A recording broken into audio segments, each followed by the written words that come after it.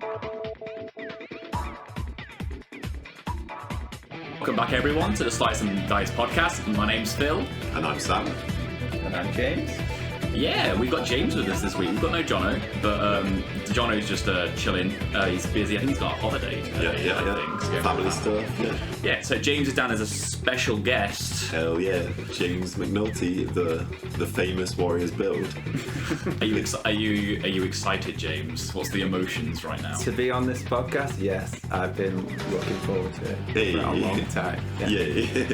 Yeah, awesome. James was down with us yesterday for our winner box, which we will talk about shortly. But pretty much we're just gonna do our normal thing and chill. So it's been a nice since last podcast we've had quite a nice couple of events. We had how many was it on Thursday? We had about. I was so hyped for that locals. It was 14, right? If you count, obviously some people leave early and some people arrive late, but it was 14 people in total, which is and like three of them were unprecedented.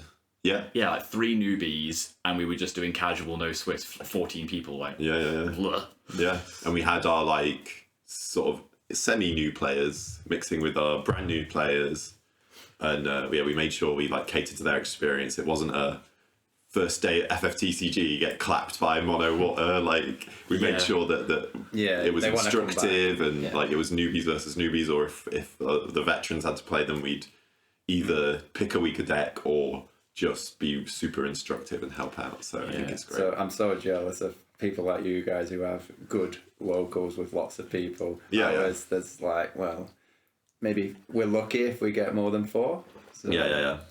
We have the odd one where it's like 4 or 5 as well. It's like variable. Yeah, that's like in sort of dead set time where there's no events on, or like it's the end of an opus that nobody's interested in. Yeah. We do get it, like when everyone's away. But there's been the big event and people are like taking a break or whatever. Yeah, exactly. But I know the FF's coming up a little bit for like content creation and stuff, and a lot of people are looking for more stores. So as long as you keep advertising it, people will come eventually. Seems like there's a wave of interest these days because you've had the Magic crossover, and I think some people are becoming aware of the game via that, which is good.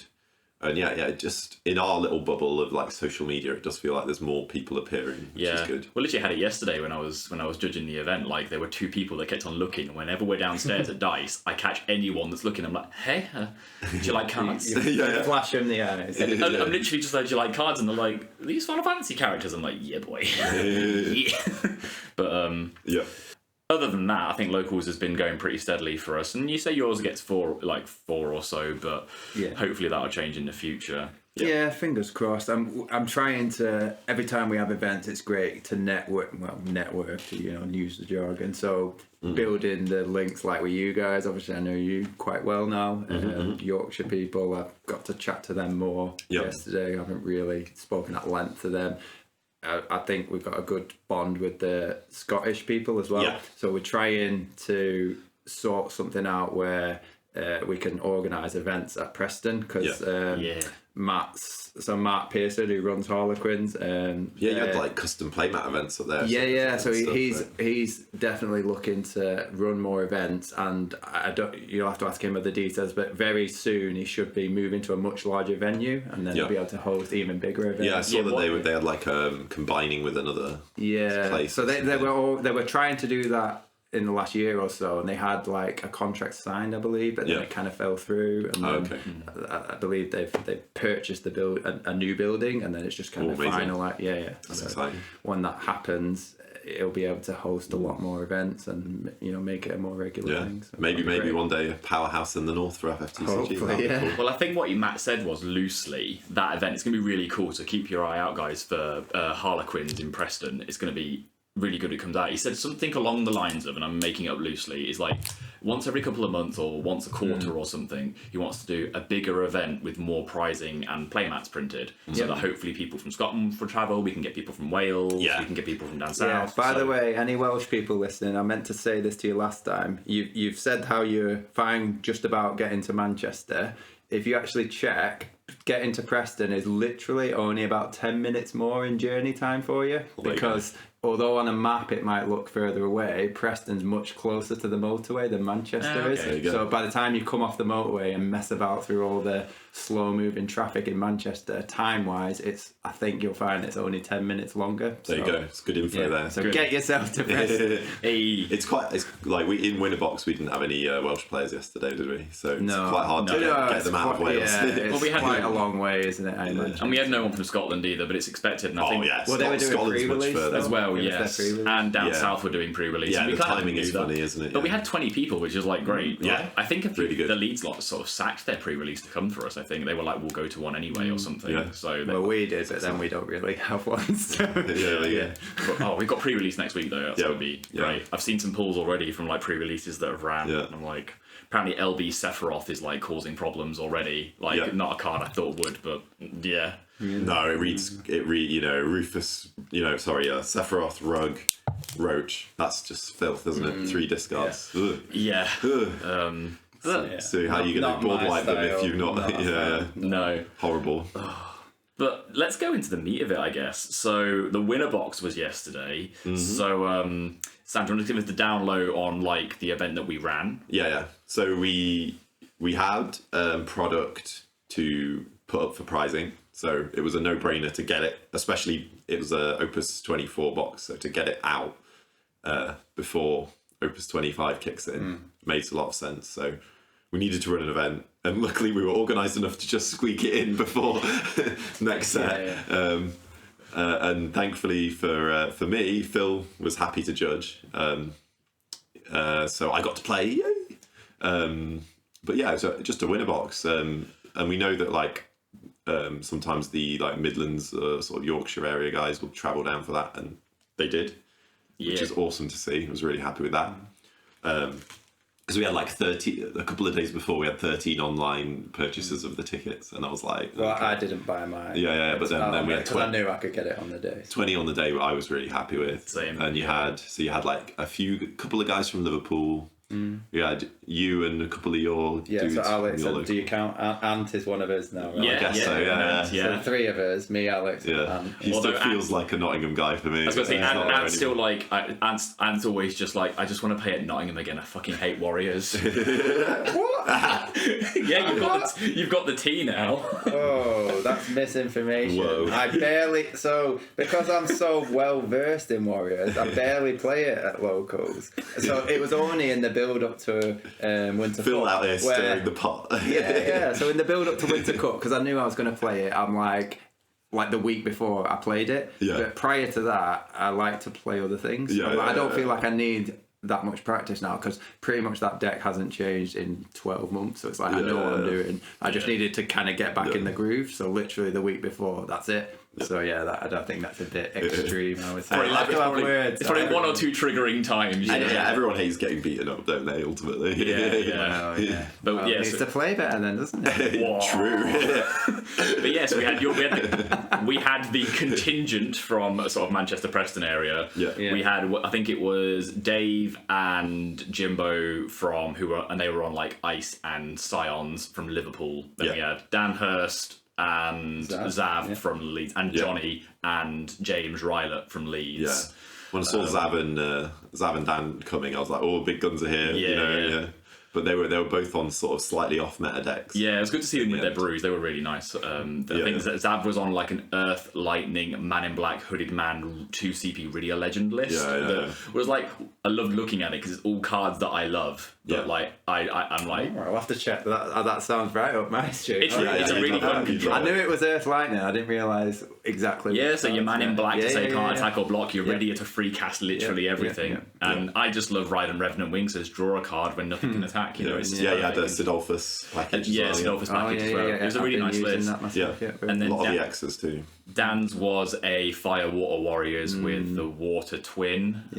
I was with Porum. And Dion as well. Dion and Fire Zidane. Fire Zidane. Really? I like Fire Zidane. Dealer damage and a single Phoenix. Phoenix is a great one. Which he played against Nate. And Nate was like, haha, Sid Randell. And then Dan was like, fuck you, Phoenix. Yeah. Phoenix just annihilates the Grand Dance. And so I think Dan brought the Warriors to shame. I don't think it's. Oh, Yeah, You said you were going to carry the smack talk on. I asked, yeah. I just was messaging him earlier. Yeah. To be fair, you are the probably the best Warriors player in the country. Mick Mole, I don't know. Mick Mole. Mick Mole's a world's player, so we have to get you and Mick Mole in a best of 7. I wasn't That'll able be sick. to attend. That's the only reason. All right, you heard it here first. McNulty and Mick Mole on a Warriors mirror best of 7. That needs to happen. Yeah. So Someone stream it. Towards the end of last year, like there was multiple events where I had other commitments on, so I couldn't go to the event. I was really, really annoyed because I felt like I had a good chance of qualifying for Euros. So basically, we need to make you an Alfie playmat where it's like James McNulty, best Warrior player 2026, 2025. You know, like. Well, I might move on from Warriors now. I've been there, done that, so I'd like to try other things. You've I'm not a one-trick pony. You did the winner box, didn't you? You had a different deck. Yeah. Yes, I think but we had like a good variety of people, which was really nice to see, and just like those 20 players, and we had a couple of new people as well. We had David Appleby, so Frenchie, who is like one of our players, but he's rugby based, and they've got the scrum in rugby now. We've been talking about for a few podcasts, and they brought along Chris Harth, who's a newer player. And then we had Chris Kay, who was just a newer player who I don't know where they're from, but they said they can come to us easiest. Yeah. So they're going to be one of our new players. They were just playing... Which of those two was the Ice Lightning player? That was the rugby player Chris Harth. Not Chris Kay. Not Chris Kay. Chris Kay was the new player for us, and Chris Harth is rugby's new player. Cool. But yeah, French was on a monster. I played box. him round 1. Yeah, he was playing Hippocampus monsters. It's different to the monsters I ran today. He was not very pleased with his performance, bless him. But French has a good time regardless of like what event he's at. So that's quite. Yeah, incidentally, I said to him the build he had. I think that's very, very similar is what I took to the previous Winter Cup. So 23, yeah. Well, not the Winter Cup just gone, but the previous. Yeah. That's what I played at that one. Yeah. Nice. Yeah. So I was quite happy to run my monster deck that I've been tweaking constantly. Took a list from America from last set and started adding. I was adding Garuda Benedicta because it has a splash of wind, and like started cutting. The more I tested, the more I cut them to just down to one Garuda. Yeah, I've played that list so many times for you in testing. Yeah. But it's the main idea is it's going to try and be the fastest LB Tidus because you have the storm elements and the monster elements to just like make this board. And I had a pretty good run. I just missed out on top cut. Sean beat me round 1 on his mono earth. I think I made 1 or 2 misplays as well. So it would be interesting to see how that matchup goes if you played it out several times with more accuracy. Yeah. But I was pretty happy. So no, I do find it hard to play very accurately in 30 minutes. I think it's a hard skill. Really? Yeah, we've only started sort of timing casual games like in the last we've timed them before, but I think we're making a more consistent effort to time them over the last 3 weeks maybe. For us, like because there's so few of us, we it's always just casual that we don't have enough to do, a proper event. So. And because we have players who tend to be newer as well, the way we try and do it is offer guidance. So when people make plays and you think that, maybe they could have done something a little bit better. Obviously, assuming you don't want to try and patronise them, but I'll say, I noticed you pitched this, you could have done this and tapped this and done it a different way. So it's more, and that's why it takes a bit longer, but I feel like that's more benefit because I appreciated when people did that for me. We were doing that lots on Thursday. We try and be very instructive with our new players. And eventually you'll get to that point that Sam's described a few times because that's like what Sam and Jono did for me. Like when I started, and you eventually get to that point where you're like, wait, I'm now losing more than I would expect because I'm over coaching, and they now need to learn from just losing or learn not be coached as much and learn from playing, and it will get to that point eventually. Well, that's it as well, because I think if we'd have carried on our dynamic where I was like super instructive with you, you'd have then gone to an event and had none of that, and it might not have served you. So you've got to. It's like taking the training wheels off, isn't it? You've got to balance it out. Yeah, exactly.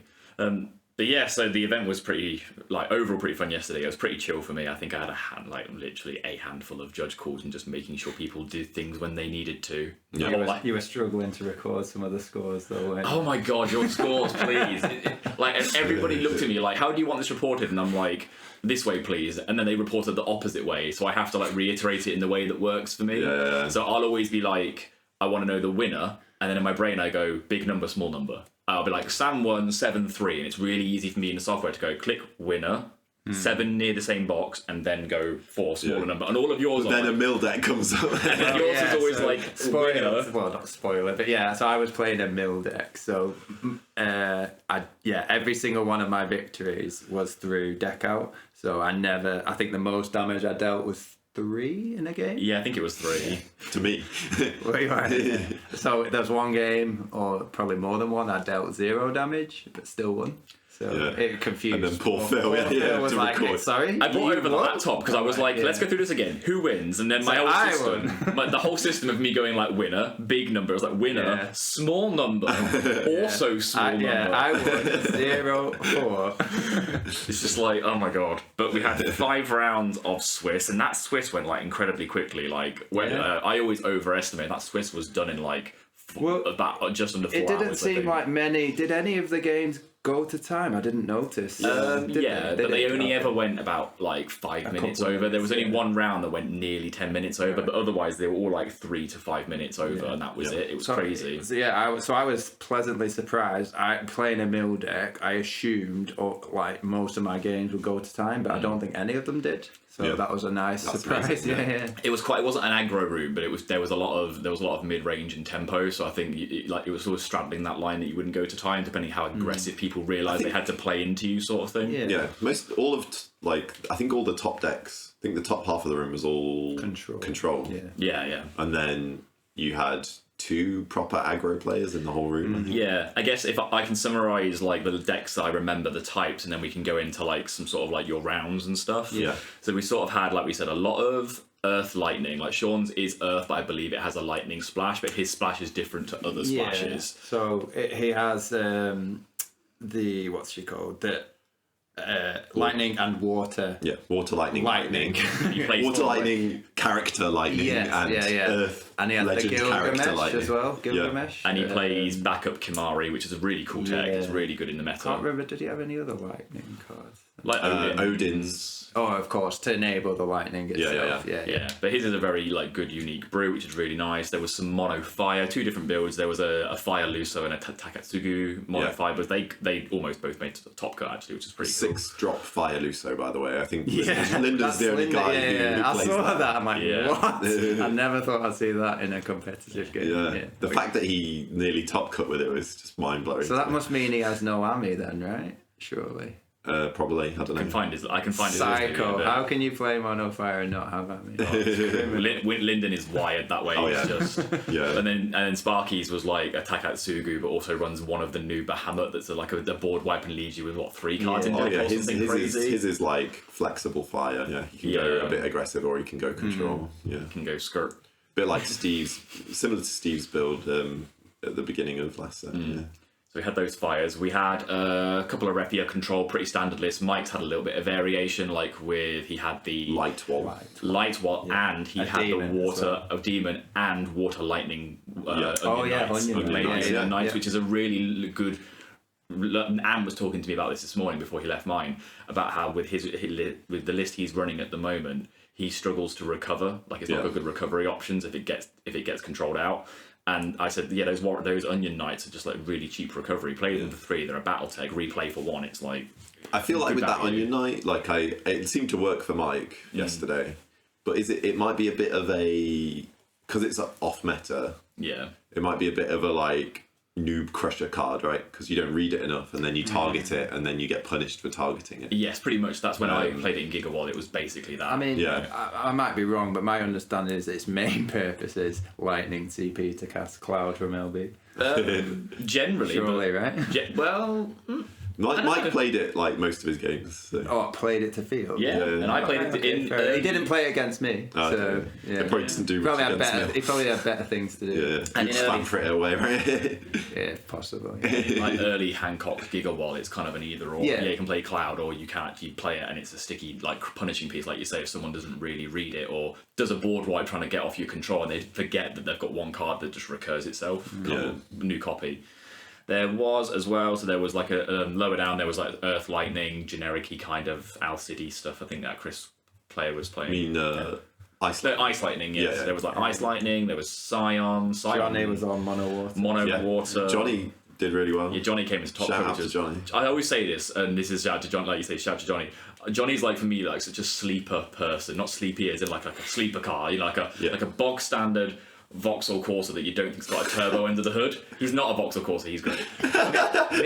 me and Sam are cringing. Like, no, Johnny. No, I think I said Johnny. You look at Johnny, you go, lovely person, and then it's like, oh, he's in Top Cut. Fuck what? Like I always like forget that Johnny can get into Top Cuts, but he's way better than me and will always beat me. So it's like he's got this kind of like good.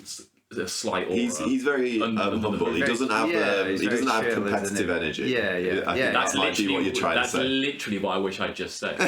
Much more eloquently put, Sam. Kill me. It's fine. Johnny can just because Johnny's like doing like wrestling and stuff at the moment, so he can literally pile drive. Yeah. Really? Yeah, you'll get DDT'd. Yeah, there's like a good wrestling scene in Derby, and I know he's like doing a bit of wrestling. I've watched House of Pain in the. They go to Beeston sometimes. Yeah. So I know he's doing a bit of that. Just maybe what's his stage name? I don't know. We could ask him. Maybe that could be like his FF stage name. Okay. Yeah, exactly. And his handle. I hope he's okay with us broadcasting this knowledge. I'm sure he's fine. It's not his secret identity. No, it's very fine. He can literally like DDT me and stuff. It'd be great. It's fine. I'll pay to watch that. Johnny, we've got it. Let's do it. I'm doing karate. He can just wrestle me to the ground. Right, come to Preston, and Johnny is gonna DDT Phil through a steel. No, through a table. Through a table. We'll make it happen. Yeah. What else was there? Moving on. No, we said 105. Cool decks in the room, and the grand final was like intense. Both Sean and Mike looked like they wanted to die playing that. And it looked really tense. It was Mono Earth with the Splash of Lightning versus 4 walls. Yeah. It was a long one. Yeah. We let Top Cut just kind of play out instead of taking them to time, because we'd have had to basically do a bunch of stupid rules. My reflection next time might be that like we advertise, if we choose to, like that we just advertise how Top Cut's going to work. If we want it to run into put a warning ahead of time if we're going to be strict about time. Yeah, like if we're going to say it's this and we will be following the Square Enix rules, like because we've had to read them recently, you know, sort of thing, then we will do that and advertise it so people aren't like, whoa. They still will be, but at least we've written down somewhere that we'd sent it in advance. But it could be a good strategy. But I mean, I didn't mind. I was just chilling. I didn't mind staying. Exactly. Yeah. So they just kind of sat in the corner, getting on with it. And obviously, if it was like a regional, you would have to put it strict time. Yeah, I think that's a grade 2, I think, or whatever. Anyway, there was some. But you did a great job judging. So, and I appreciate it because that let me play it, which I was super happy. I run a tight ship. Yes. So we also had some Ice Primes. There was a couple of Ice Primes splashed around. James Rylett had two. I think he went up against Dan Hurst round 1. And played a Kurosame into 3 backups, and Dan was like, "It does that." So Dan, I think Dan lost that 7-6, but that Kurosame did everything it needed to. I played James. I was a bit freaked out because I think I got Atomos out of the deck with Realm, and I wanted to play into the cast 2, so I took my hand size down to like 1 or 2 cards.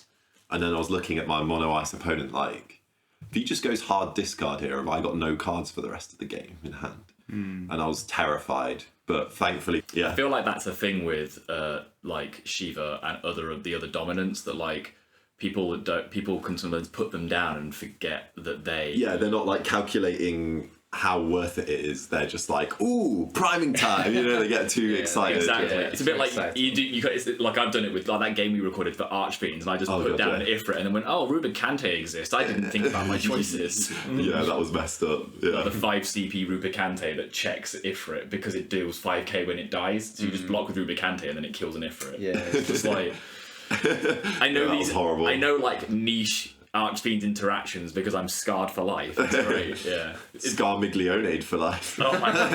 Oh my god. That was good. Sorry. Well played. I don't think there was many other decks other than like the ones we've mentioned. So we had Nate on Icewind, like practicing Icewind. We had newbies on a custom starter and similar stuff. Zab's build was, like we said, like a different Earth Lightning kind of thing. Yeah. And that was pretty much the room. There wasn't any aggro. There was no knights. There was no chaos because it's technically still legal. There was that guy on Scions. Yes. He donked Jonathan, our podcast Johnny. Oh yeah. So I've used like 3 different. It's ATV. Is it Jono or Johnny? Yeah, Jono. No, Sorry, no. it's JTV. confusing. JTV. So I've been friends with Jono since we were like, year 7, 12 years old. Really? Yeah. All right, cool. And he used to go by Johnny all the way through secondary school. And now he prefers Jono. And it's just like, We could do JTV. I like that. It's another wrestling thing as well for me. I was saying to Sam earlier, there's got to be some pun there, like JTB, ETB. Yeah. We were trying to think of It needs more a nickname for There's him. something there. Need more development. Yeah. I just keep thinking JTB with the steel chair. It just sounds like a wrestling thing now in my brain. It's just Or when JTB enters the room, that's his ETB. That he's arrived. He has entered the battlefield quite literally. Oh. That was actually rough because my last game of Swiss was against Jono, Yes. JTB. And we went to time, and I was there like, I'm pretty confident my board's a winning board here, and he was like, if you want to take the win, that's fine. I'm like, but we have to agree like on the board, and he's like, if you want to take the win, that's fine. And I'm like, come on, man. We got there. It's all That felt bad because like, and it was sad too because he was like chatting, like trying to have a real casual vibe, and we were already 2 minutes into time. Let's not forget he's prioritised. What was it? A child's birthday or something? A new child was born in his family, so he was fair enough. I mean, turning cardboard sideways is pretty important. I don't know. Like, who cares about sentient, baby. conscious life? yeah, like When you can be aware of turn an ifrit sideways. Right, until it's like 3 or something. You know what's going on. exactly. See, we've Just got FaceTime it, job done, and then crack on with the... I love it. You can- FaceTime it, crack out the cards. Jobs are good. you say this is literally conversations of having to have a family for my wedding. They're like, can you not just like FaceTime me? I'm like, turn up to the wedding for my wedding. They're like, while you're getting married? yeah, they're like, it's really because it's in Edinburgh, and they're like, can I not just like get on FaceTime? Or can you like stream it? I'm like, I have invited you to my wedding, and they're like, FaceTime? That's cool, right? Sack them off. Yeah. Not family anymore. I'm turning them sideways. But yeah, Don't freeze those out of your life. Oh my Steel God. chair, though. steel chair. Oh, right. Should we hear some of your games, James? I think. Yeah, sure. Because James has taken like some notes on. Yeah, let's hear about that Hear about- mill deck. describe This the deck splits first. opinions so much. Do you want me to briefly describe Go on, the deck? describe your Okay, masterpiece. so for those who's been in the game long enough, if you recall back in Opus 15, is it? When Something like Mind that. Flayer came out. Yeah. So Steve D had a mill deck that was based on using Mind Flayer. So he'd recur that a handful of times to stay just enough ahead of the opponent and then eventually win by stalling them out and milling them. Yeah, he had and he a lot won of removal. multiple tournaments, didn't he? So he won the unofficial Winter Cup, the one either during or post COVID. Yeah. And I know he won a few other events because I've been to some of them. Yeah, he won, So, he won some big official events too, yeah. And then when the next sets came out, it kind of fell away because there was too much aggro that he couldn't keep up with the removal.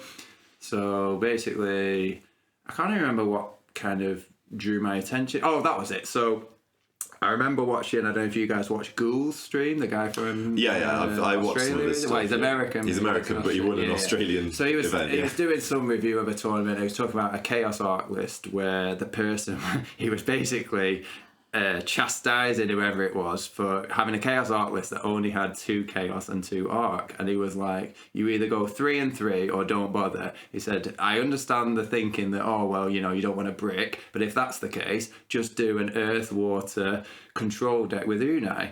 And that got me thinking, hey, that actually sounds like an interesting idea. So I like to deck build a lot. Yeah. So that kind of got me looking at what would that deck look like. And then eventually that's what turned into this deck. Yeah. So it was, basically playing Unai with lots of summons, lots of summon recursion. Obviously, it's in the elements that can do that. And then the best payoff is the anima summon. Yeah, that anima's insane. If you run In the that Una deck. backup that makes Opus 1 that makes water summons 1 cheaper, then anima then costs 2, which makes such a difference because ideally you want to tap backups because then you will draw a card. So the reason it works in the mill is it can remove any forward from the game and then your opponent draws a card. So that's probably why, talking about why my games didn't go to time, I'm probably milling them a lot faster because I'm casting anima like 10, 12 times a game. Yeah. So like they're drawing through their deck at a faster rate. And it's hurting people in a really underrated way. You're hurting their and it's removed from game as well, so they can't Kusith it back or When anything. I was playing you, I was like looking at my break zone and it's just full of trash because you've removed everything that's good. Worthwhile, and that's for a deck that runs Kusith, anything with recursion. So normally by costing 2 you can tap obviously 2 backups, so when you get to 5 you can do it twice and draw twice from it, or if need be you can, once you're in the stable position you can have because it only costs 2 you can pitch 1 water card and cast it on your opponent's turn, so if they play some dangerous forward with haste or something, or like, so a classic example is the Firewind Zidane. Like if you're playing against a Refia deck and they cast that, it's very annoying obviously, but then I'll anima it on the stack, so they'll still get the trigger, but then my anima's gone to the break zone, so they can't remove it. It's dead, and then they'll remove something I don't really care about from my hand, well, if assuming they do, and then I'll just next turn garnet, get it back, and then be ready for the next one. So carrying on. So that was the gist of it, and then the newish 5CP Terror is amazing. It's a monster in that. Terror's reaching her full potential in that mill deck, I would say. And then, believe it or not, the first iterations of it, I wasn't using the big fanfrit, and then I came round to that, obviously mainly for the monsters, removal. But also then I wasn't on the Terror originally, but then the fact that when she dies she triggers, you can fanfrit your own Terror. It's such a nice combo. So you can pay 5 for Terror, get back a big fanfrit.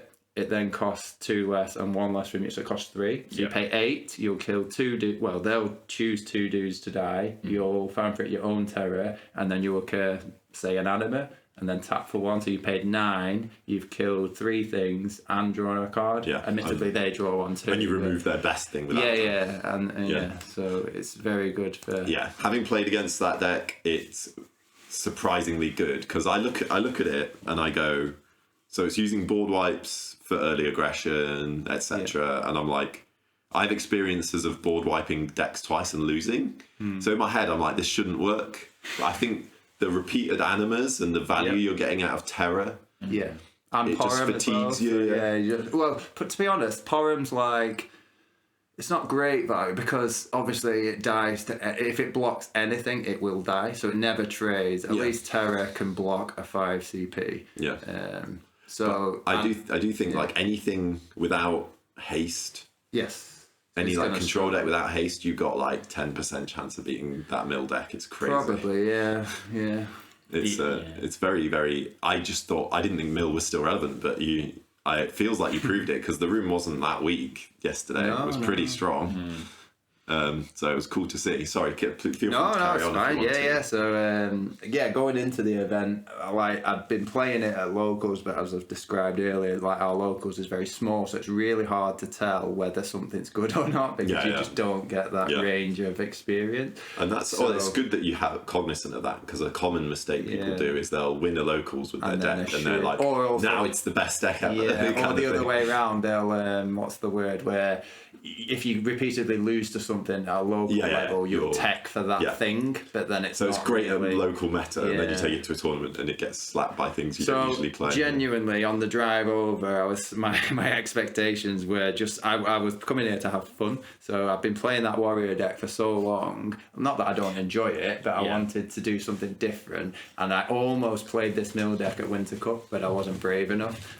So I'm glad I didn't. So I was like, right, I made a promise that the next event I will play this deck because I want to have fun with it, and then if I can win at least 2 games, I would be happy. So I exceeded expectations. And when you were thinking, I want to have fun, you thought decking out your opponent was the way to do that. Well, I have fun, yeah. Yeah, exactly. You have fun. And I'm not trying to make their life miserable. So I was having this debate, I have it with lots of people. So to me, I absolutely hate playing against ice and being forced to discard. I'm sure I'm not alone in that. Yeah. So it's so miserable. I like to play the game and feel like it's a battle of wits, and I've got my cards, you've got your cards, and who can use them best to win the game. So if my opponent makes me throw away all my cards, suddenly my options are so limited, it feels like it's more down to chance, and then I'm not really choosing how to play the game. Yeah. And I know there's an argument that, well, you shouldn't let it get to that state, but it's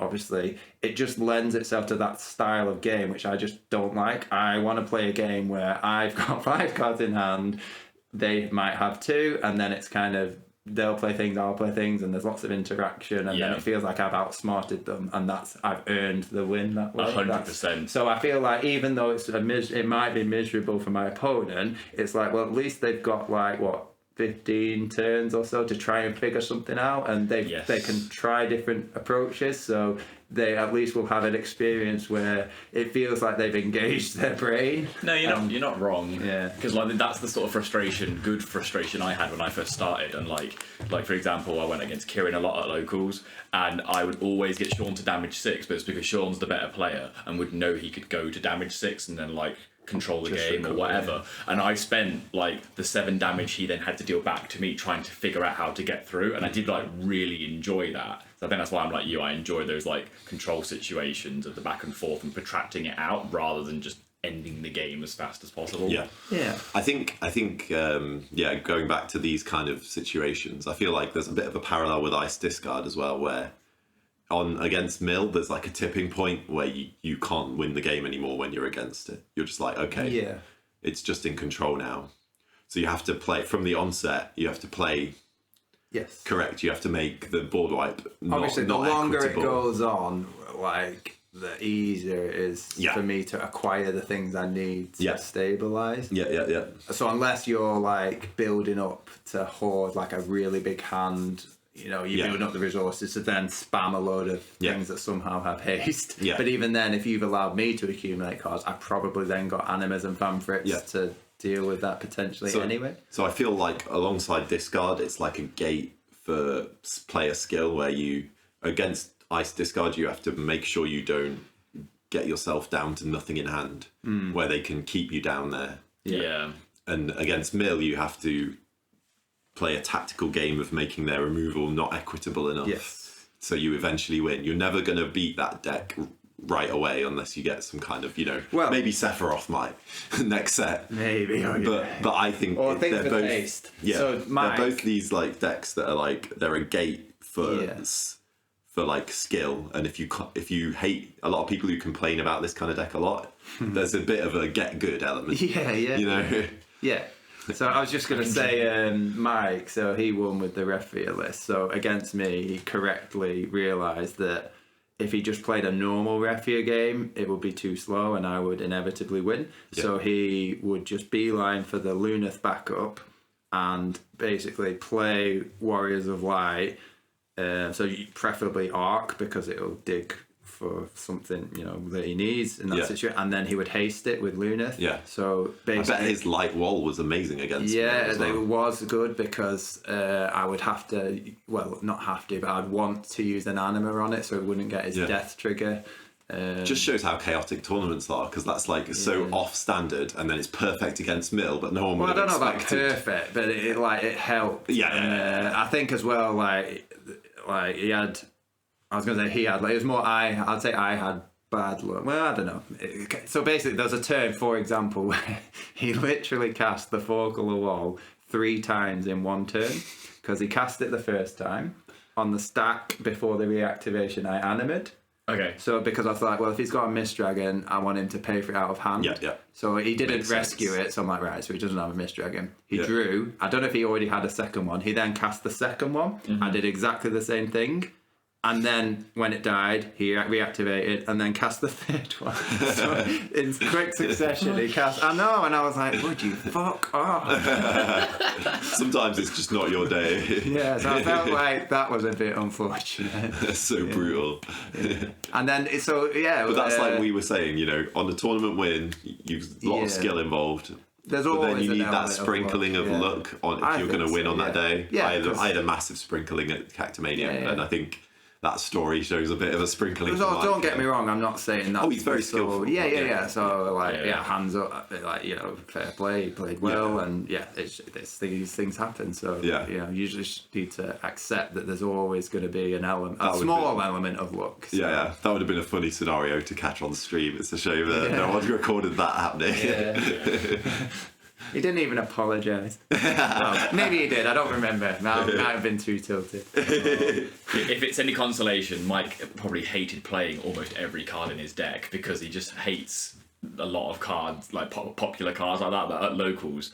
The moment we play like a 4-wall or a Zidane, he's just like, this is the shittest card I've ever seen. I hate this game. It's dreadful. So most of that Refia list he played, he probably just hated playing it.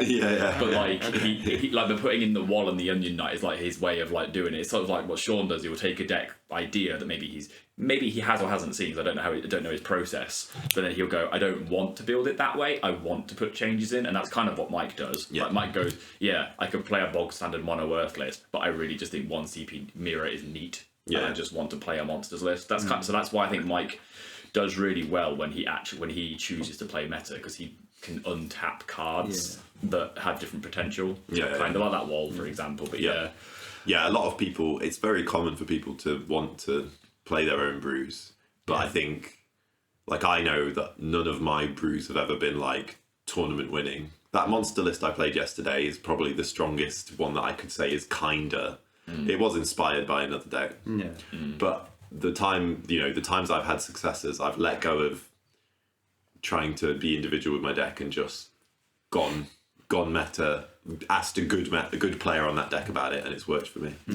I've probably said that a million times before, but I do think James is unique. You're unique in that you have seen success. I don't know about unique or rare. Yeah, I mean rare. Yeah, not unique. Not unique. Correct. Obviously Tyvas Warriors, we all know it's a strong package. Yeah. But your build with like 2 or 3 of the warriors that no one else would even play is like, I love that that's so against the grain, and you still are up there in top cut with the rest of really pleasing to see. I guess this is a good transition point, really, to choose what you want to talk about, James. So we've kind of we've been speaking about the deck you played yesterday. Yeah. We're talking about the Warriors, so it's a case of, I'll quickly wrap up the mill, because there isn't a great deal to, so I'll kind of describe the deck so you can imagine. So the games are basically get to 5 backups quickly, one of which will be Yuda, and then basically, have the Anima as the main removal. Yeah. So use that to remove the biggest threats. The Anima is cracked in that deck. I can't overstate it. And then you just recur it. So you've got Garnets and Terrors are the best way. Yeah. And then you've got a Porum as well. But that's like the least economical, because you've got to wait for it to die. People might dull it. Yeah. So, and then obviously as soon as you can get an Unai into play, that's obviously great. And then just loop those summons. So big fan for it, and the Anima, mainly the Anima, and then you've got your usual toolbox summons to then get you to that point. So Mist Dragons, Kusith. To be honest, I have Kusith, but I'm genuinely considering dropping it, because I literally can't remember casting it yesterday. So it's wild. I know. You must have done, surely. I can't remember casting it. Honestly. Even backup Lena would be good in that deck, apart from the fact you have to draw off their EXs as well. So you might end up. That's the strategy. So I'll just check my game. So I wrote some notes on my game. So basically, the most damage I dealt in a game was 3. Yeah. So game 1 damage dealt, 2 received. Decked them out, and that was against Frenchie on Earth Water Monsters. Game 2 was Jono on Fire Water Monsters. Dealt 0 damage. Took 4. Decked him out. Game 3 was against Ant on Refia, so he's now at our local, so he's had the misfortune. He's playing against this deck, so he was grumpy from the get-go. So this time I won damage actually, so 3-1 damage to me. So then you, Sam, if you remember, so round rough 4. Game. I didn't even feel like I played particularly badly, but my deck has no haste at all. So I didn't even have Piranha in you my had deck. like the ideal start, like you went realm into. I could have cancelled the realm. I think I had a cancel left, but I'm like, well, I don't care. Go dig 2 things out your deck. And I'll kill. I think it was like you went for 95% for you. Sorry, not anime. Atomos Evre. So then I think the next turn I killed. I think I did fan for it, and you took your realm and something else, maybe a Leo. And then the turn after I did another fan for it, and you had to remove the Atomos and Evre. Possibly. I usually go 1 draw 1. So if I do Atomos, I usually go Apkalu. Or if I go Evre, I usually go. I remember you did. Maybe you had them both at the field, because I remember you had sacked them both to a fan for it. So I won that one 3-1. And then round 5, so me and Sean were undefeated. We knew we were both through. We talked about his deck. He actually beat me. He's 7-0'd me, but I can't remember. He only had at most 4, probably less cards in his deck when he got me to 7. So he just so the haste is what did it. So he used the water lightning. That forward. He did at least 2, maybe 3 damage with that. And you can recur big right? wall as well, 4 wall, Leo wall, and then he was just able to basically just chip away, and I couldn't quite mill him out. So very close. Sean's a monster on that deck. He's very strong on it. Then the semis was against Mike on his Refia. 3 longish games and close games. He won the first one, I won the second one, and he won. And then I can't remember which game was the dreaded one where he did 3 back-to-back walls. There was also a game he won where so I played in. So he already had got to the 4 colours. And he cast the wall. And then on my turn, I cast Unai to try and bounce his Luneth and the wall itself, because I knew then he wouldn't be able to cast it for another turn. And he Amaterasu the Unai, and I Mistdragoned his Amaterasu, and he Mistdragoned my Mistdragon.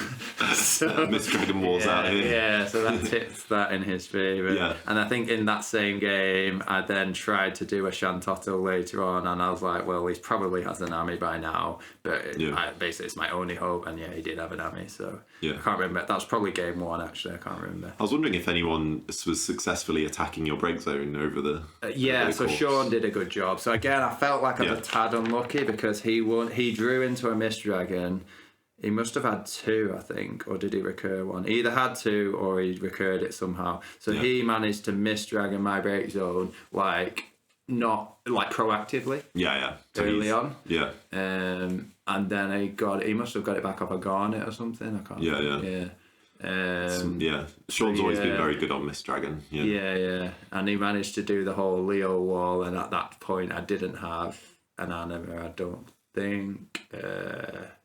So it was the haste forwards, and then he finished me. Oh, that was it. So he finished me off with the not in that kind of a way. With the lightning forward with the Gilgamesh forward. Because you can double swing. It's cool. It's a cool package having that extra punch in Mono Earth, and the EX is an extra stuff to defend. Well played to him. But I felt like, okay, now I'd had a game against it. It would be interesting if we did a best of 3, knowing what I was up against. I could play slightly differently, and then who knows. So, exactly. Close, I feel I have the exact same thought with my round 1 with Sean. But there you go. I definitely felt like I was a bit inaccurate in mine. So a lot of fun. I'm glad I did reasonably well, and as I said, it exceeded expectations. That's insane to just bring a mill deck. No one even knows if it's viable, and you just top cut in the pretty good room. It's a pretty nice achievement.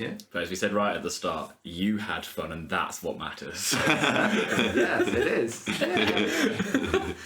But no, you're not wrong, and that's like why I play your other sort of main brew that people know of, the Warriors, because I have a lot of fun playing it, because I didn't have. Surely people can't be upset playing against that, right?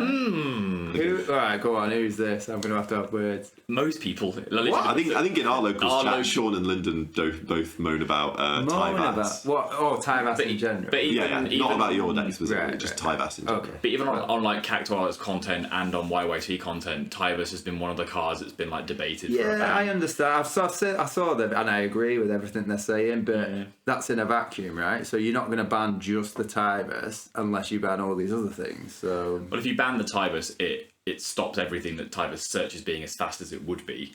Like Mog is good.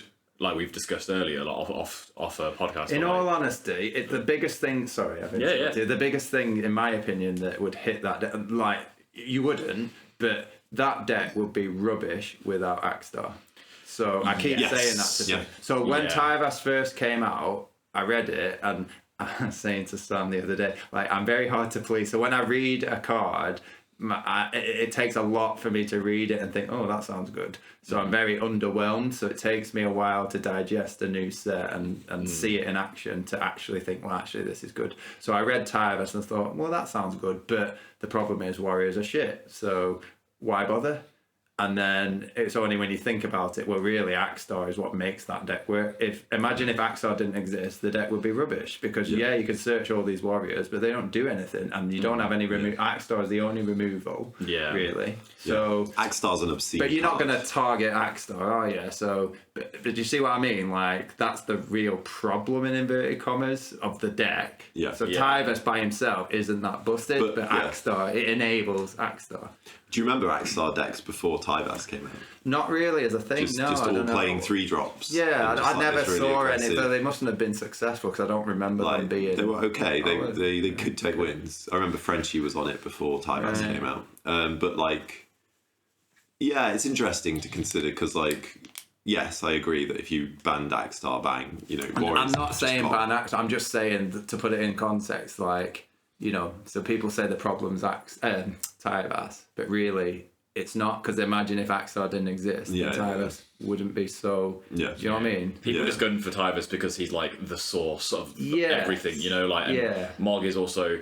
It's a combination, isn't it? Even banning Mog would drop Warriors down quite a few notches. Well, I'm not so sure, because in my games, I always go Tyvus Mog, but I value the draw off Mog rather than the cancelling the search. So, but you're not seeing the headaches they're going through to deal with the Mog, right? So if you don't see their hand. So if somebody is stupid enough to play a Rydia backup or a Tyro, I will 100% use Mog. But if they play, for example, a King Tycoon, I often let it go, because I value having the attacker on the field longer, like having the extra point of damage and the extra body, so that when I do get to my Axstar, it's got another, another forward to count towards his thing. Yeah, you're braver than me. I'm just like, well, this is just going to die to an EX if I swing. Maybe I'm wrong on that, but I don't know. That's how I feel. So it depends on a lot depends on what's in my hand. Yeah. So it's like, how much do I think I'm going to have good tempo in my next couple of turns? Yeah. So I might, King Tycoons are really good. So if you think they've paid 3 CP for a backup, if that's going to kill my Mog, I'm quite angry at that exchange. So then it makes me want to let the Mog live, and then deny them a Tyro. So say they have a Tyro in hand, then they get a free pass to use the Tyro next turn. So I do. Yeah, that's true. And I think against Mono Water specifically. Realm. I'd want to do it. Just hold it for Realm. Don't break it for the searches. So that's another good. So they might play a Sarah, and again, it depends what I've got in my hand. I might allow the Sarah to happen. Yeah.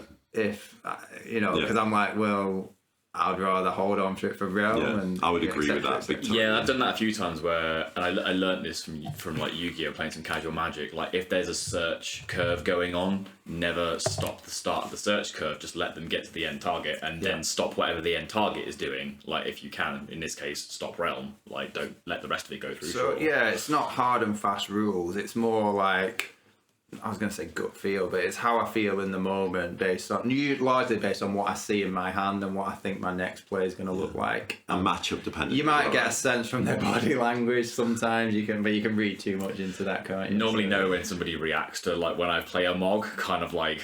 Because I get such emotions when I play Mog, and it's why I play Mono Lightning at locals a lot, because I try to like use it as my non-Warriors deck. But yeah, if somebody kind of goes Mog, sure, whatever, I probably know they would hate for Mog to cancel them. Yeah, I can say actually. So, going back to the fact we are such a small local, so I had hardly ever had a mirror match. So I must admit, when I was at Winter Cup and I was against the Warriors, and they so 7 more that had Warriors, and they went best of 3 every game. They went Tyvus Mog to me, and I was infuriated. I was like, well, I've not really got room to talk, have I? Yeah. I do genuinely think even a Mog ban, it'll take it down a notch or two. Yeah. Because like water just being able to play its realms whenever it wants. So do you want me to talk about that deck itself? Yeah. The only hill I want to die on before you go into Warriors is that despite the problems it has representations in Top Cut that it is not winning things. Yeah. Yet. So it's like so until it's happening, it's never going to get hit. Yeah. So there's no point crying about. Well, there is a point crying about it, but at the same time, like you play for example with Sound locally, like you've played around it so many times. Like I've realised sometimes putting down a Mog is completely pointless because you're just going to draw through it. Yeah, but sometimes these things there's an element of self-fulfilling prophecies, isn't there? So it's like if lots of people if a deck does well and it's piloted by somebody that's well known as they are a good player, then people jump on the bandwagon, and then more good players will play that deck. So obviously, if there's more people playing it, there's more chance it's going to do well, and then it does well, and even more people think, oh look, this does well. Yeah. So at the minute, hardly anybody plays Warriors. So maybe if 5 or between 5 and 10 really good players suddenly decided to play it, it might look different. Do you know what I mean? Yeah, that's what I mean, because I think it's mostly hated. Like I know it's only mainly a local thing, but even when I go to other events, it's like mostly sort of like, oh, this again, because it's and it's kind of. It's people say that about everyone has decks they like and decks they don't, and everyone says, oh, this again to the decks they don't like. Yeah, exactly. It's just a weird way of TCGs. Yeah. And you'd think as well, for a hobby that's very calculating, people, but they're actually even more tribal and like more. More expect more tribal behaviour, which is really interesting. But anyway. But that's the hill I'll die on before we go into it. Yeah. It's not hard. Like I don't think you can justify banning any Warriors at this point. No, I don't think so. So the deck came about. So prior to whatever Opus Tyvus came out, I was really into Magister decks, and I love to deck build, so I build loads of decks online. And what I like to do is, if I find, I call it a package, or a card or a collection of cards that I like what they do, I then like to see all the different element combinations. So what would that look like in this? And then, so I had a Magister deck, and I had every element combination you could think of. Related to that, you've seen my different Realm Witch of the Fens builds, right? You've seen that I have on FFX, I have a Water Wind one, and I have my current Water Earth with a splash of wind, and then obviously I was a big mono water player, so I do similar. Sorry, carry on. No, it's fine. So, I say to people, I genuinely, it seems like I'm in a minority here, but I enjoy deck building probably equally to playing the game. So I really enjoy deck building. I used to enjoy deck building more than playing the game for several years, even when I was building stupid decks that weren't good. It might be that's my opinion's warped because I don't get to play as much as other people might, and maybe I feel if I played more often I might feel differently. But anyway, so I was messing about with Magister, and I had every combination you could think of. And I came to the conclusion, at the time, Hunter Nance were doing his whole, mono fire thing, which obviously was successful. But I liked the build that was Earth orientated, because I liked the idea that you could use Bash to set yourself up for the Magister play. Because it's great when it goes off, but what happens when you don't draw the Magister?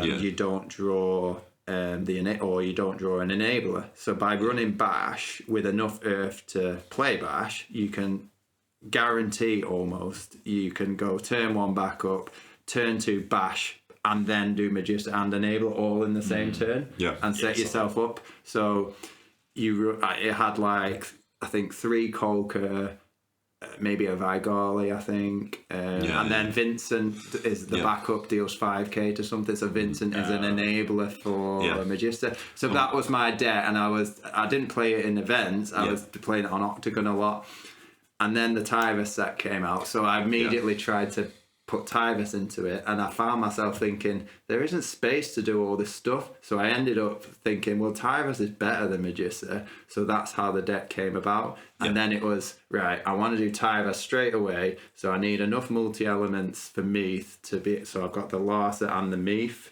I want to play Bash, so I need a decent amount of Earth. How am I going to achieve that? So kind of you need the multi-elements, so that led me to Unai and Garnet. It's not because I want to play those cards. I literally never cast Unai or Garnet, I think, at Winter Cup. I can't remember a single time I cast them. I love a 3-element deck that manages to nearly get 20 of each element. That's something so pleasing about that to me. If you look, I think it has 19 Earth, 21, is it? Water, and then whatever, fire. It's so good. So I genuinely considered running 4-wall. So you know how people joke about his purpose in Gigawall is to be discarded. So I genuinely considered dropping Unai and running 4-wall because it also can discard for fire. Because it's like I very rarely, but there are certain games where you can cast an Unai. Honestly, underrated thought that most people don't seem to have is that like color consistency, and that's a hallmark of your 2 builds, is this consistency element. So I'm very into, I'm a bit of a maths geek, so I'm very into like the probability of when it comes to how many backups do I need. So I work on, I want, so there's a video, do you know Chris Matisky? So he'd like absolutely back love in Chris Matisky, when I was learning the game, I didn't know who he was, but James and Hazel Greaves taught me how to play. They don't play anymore, and they showed me a video of his. I think it was around Opus 7 time, and he does like a deck building video of like building a YRP deck. And he talks through the thought process, so that was very informative. I've sent that video to new players before. So I think he says like you want 12 backups that you can do on turn 1, because probability wise that guarantees you like the right chance that could sit across a tournament. So I always stick to that 12. So I want 12 things I'm happy to play, and I don't count Tyro or Thornton as a happy to play turn. Exactly, I do the same thing. And then my next rule is I want at least 6 backups that are odd costed that I can play on turn 2. And when I say 6, so when I was doing a mono Earth deck, I only had 3, I think, but because Claris can get you Epitaph, that's pseudo 3. You see what I mean? So the Claris sort of is like an odd cost in a sense. You know, so and then you just go from there. Because if you're consistently fetching your 3 costs, it's like you've got virtual more copies Alex, statistically. This is what I was trying to say to Alex at our local. So he's been using a retainers deck, Earth Wind, and he had good backup searches, but they were all 4 and 2 costs.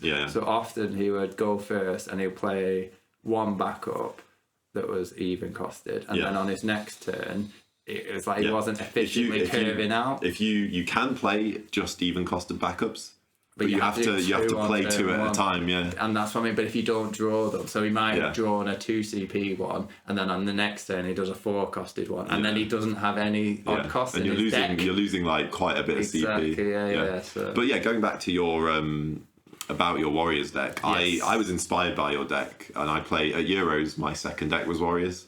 I played Earth Fire Warriors with a splash of water, and I really wanted to play. Apparently, I really wanted to play Lena backup. Because I hate attacking, 4-wall decks and stuff. but I only had Meath as my searcher for Tyvas, and that felt like the real letdown. When I look back on your list with Larsa and Meath, I'm like, wow, yeah, that's the consistency that you need. So the other thing I do is, so before I knew Octagon existed, I built myself a simulator in Excel. So Really? I would, So Wild. I would, Wild. Oh, this is great. So I would. Basically, it was like an Octagon thing. I can show you if you want. And so I'd have to input my deck list, and then I could simulate, goldfish in a game. And it was just purely to see, is it viable for the first 3 or 4 turns. So you'd like run it 1,000 times? Well, no. As in, I would have to play it. So I would it would randomly draw me some cards, and then so I wouldn't have to sleeve it up because I didn't know Octagon existed. Oh, I see. So it's next. And then you input the data into a spreadsheet. But I put it into a spreadsheet, but it was actually a board. It looked like Octagon. Like I had, the cards were visible, and then you could rotate them to tap for CP. So before I knew that any of that stuff existed. And then I'm like, oh my god, I wasted my time. This is like the meme of you can play Doom on a pen, smart pen. You can play FFTCG. I was in Excel. really proud of it, and then somebody showed me Octagon. I'm like, oh, okay. This is wild. I'll use this from now on. So I want to play on Excel. I'll gladly send you my spreadsheet. Did you do stats on? Did you do 1,000 openings? No, and then the other thing I did was yes, exactly. So I built a spreadsheet where it calculated. So it would simulate a random draw, and then I'll say what is an acceptable turn 1 and what's an acceptable turn 2, because you can fix that. And then I would simulate 10,000 games and see what the probability, and because with a macro, and it would give me the percentage. Nice. So then I know that my Tyvas deck is way more consistent than the normal one. I've got the 3 Meath and the 3. Well, the Water Fire build, the Mi'kmaq build does have 3 Meath, 3 Larsa, doesn't it? Yes, but how many? It doesn't. It has have less multis. Exactly. Yeah. So how many? So in all the hundreds of games I've played with it, it's very, very rare that I don't have a Tyvas on turn 2 or 1. In my last, I don't know, that's 2 amazing. my last 2+ months of playing that specific build, I'd say the same. I am rarely without access to Tyvus. Exactly. As early as turn. So if you feel unlucky, and I'd have to go back and it's in the high 80%, if not higher. I can't remember how I did it, but it's the consistency. So you're going to get it's over Tyvus. 80% in my head. When you've got that. I must have done something wrong because I seem to remember it being in 88, which you're right. It seems more from practice, because that'll be one. 80, 1 in 6. high 80s. Yeah. So then, because I was like, right, I'm definitely going to have Tyvus in play. It's so that turn 1's going to be backup, turn 2's going to be Tyvus, Mog. What's turn 3 going to look like? So you want to get... Well, I don't like just spamming out forwards unless they're going to do something. So I don't want to play my Axstar unless it's going to kill something. Yeah, I know. Many people overdo that. So what are you going to play? You can't play Firion because you'd only have 4 characters. So unless you play Fist, so you could go Leo Firion, but then you're going to draw an extra card and then you'll have 2 men. So I liked having the warrior backups because my ideal turn 3 would be tap Leo, draw, play a warrior back up for 3, end turn with 5 in hand, and I've got 3 forwards. Yes, and that's another part of FFTCG that's underrated is you pushing out your resources in an efficient way, because you could draw more cards that turn if you wanted to, if you played a different line. But you might just be digging through your deck and actually having less impact on the opponent. Yeah. So my style, I like to have 5 cards in hand. You're the epitome of Earth in a way. I want to have 5 cards in my hand, and then feel like I've got options, and also my opponent's on edge. That what's he going to do? Yes. And that's the gross thing about Tyvus. You can pressure while not spending too many resources. And this adds to your reasoning earlier about why you might not cancel something with Mog, that people think, well, why wouldn't you? Because you've probably got so much resource in hand that you're like, well, that can go through because I've got 2 to 3 other responses in hand. And that's where I've been quite a few times, even though I do crack the Mog pretty early, where I just don't care. I don't play my Axstar early because I'm like, I'll just put down Yuzuki for now, or maybe an early ward kill or something really weak, because actually they're going to do some shit and I've got 3 responses. You want the Axstar to kill, make it worthwhile, and then also having this dragon and Amat. but Axstar into bash So it's like I'm gonna kill something and go get my next combo. We need to make you like you need a shirt that's just like a black shirt with white lowercase like Times New Roman, just as Bash Enjoyer. Oh, big time. So as I said, so the origins of the deck, where I loved Bash in the Magista build, and then that's continued in. So what Bash is the best, like, other card, if you like, that's not a warrior. Imagine if Bash was a warrior. That'd be sick. Don't tease me. So yeah, I am a big Bash enjoyer. I just love how calculated your Warriors build is, and like there's a reason for all of these off-meta picks. Yeah. So so the backups, I was like, right, I want one of each. So I started off with I want lots of options, so I'll just hard draw into something that Tyrus can free play. And then also I want to be able to colour fix my backup. So I'll go our backup turn 1, it'll be in whichever colour. And then I want my second backup to be the other colour. So ideally I want a fire one and a water one. But if I've drawn an earth warrior backup, I might keep that to use as the second colour. So I want to be able to search for them. And I wanted to run 2 of each, because often you might draw one and have to pitch it to cast the first thing, or it might go to damage if you bash yourself, or they've done something that hates, you know what I mean? So that's why I have 2 of each. So I've always got this, the search option. Which is like, most players are like, these are not good cards. Why would you put agree, not they good aren't, cards in your deck? A backup that plays for pay, so you can cast for 0 is good. In my eyes. I like this planned approach though. I think. And it's great that you get to use cards that wouldn't. Because a lot of people are just like bad card, good card, this binary mindset, on the context. Right? So, sorry, Phil. I was just going to say, it reminded me, Sam and I had a conversation about Lena backups. So I said, Lena backup's great. But if you compare it to Celestia in my deck, so you pay 2 for Lena.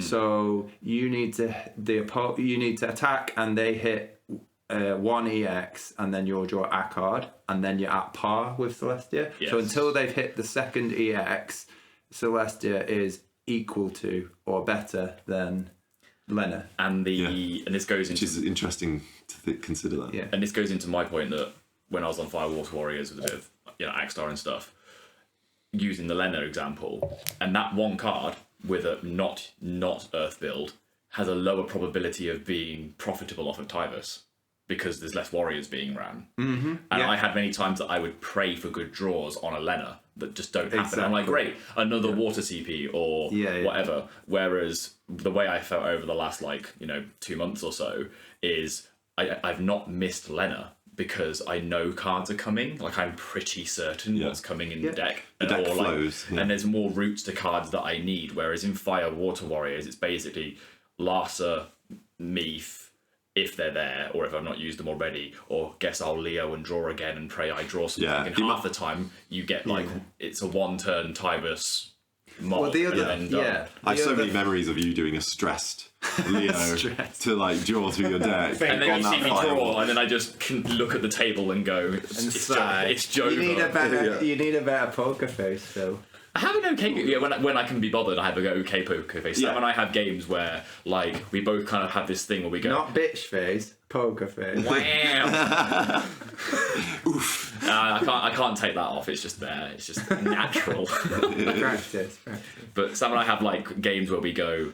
We're going to have a proper game. We both agree to basically have no communication through a game apart from just declaring things, and we have these really tight games, and that's where I can maintain poker face. I don't make eye contact when I'm playing properly, because probably marginal neurodiverse thing of if I look at people I'm just I know a few players who just wear their emotions on their sleeves and it gives you info in the game, which is well, it's interesting, because I thought I was like that, but you said you didn't think that. No, so it's interesting. You're not at all. You don't show it. Compared to Jono, not at all. You don't show card. You have no emotional cards when you're playing. I find. Oh, good. Okay. I think the worst I've seen out of you is a bit of a bit of a kind of exasperated, or I've tried to dig twice for a thing, but that's normally quite late into a game. You start to lose your energy, but opening you have no signs of how you're playing. Good. I've even had experiences at tournaments where someone's going, I'm going to lose, and they're giving off negative vibe the whole time, and then they're doing fine, and they're it's they're trying to mess with your perspective on the game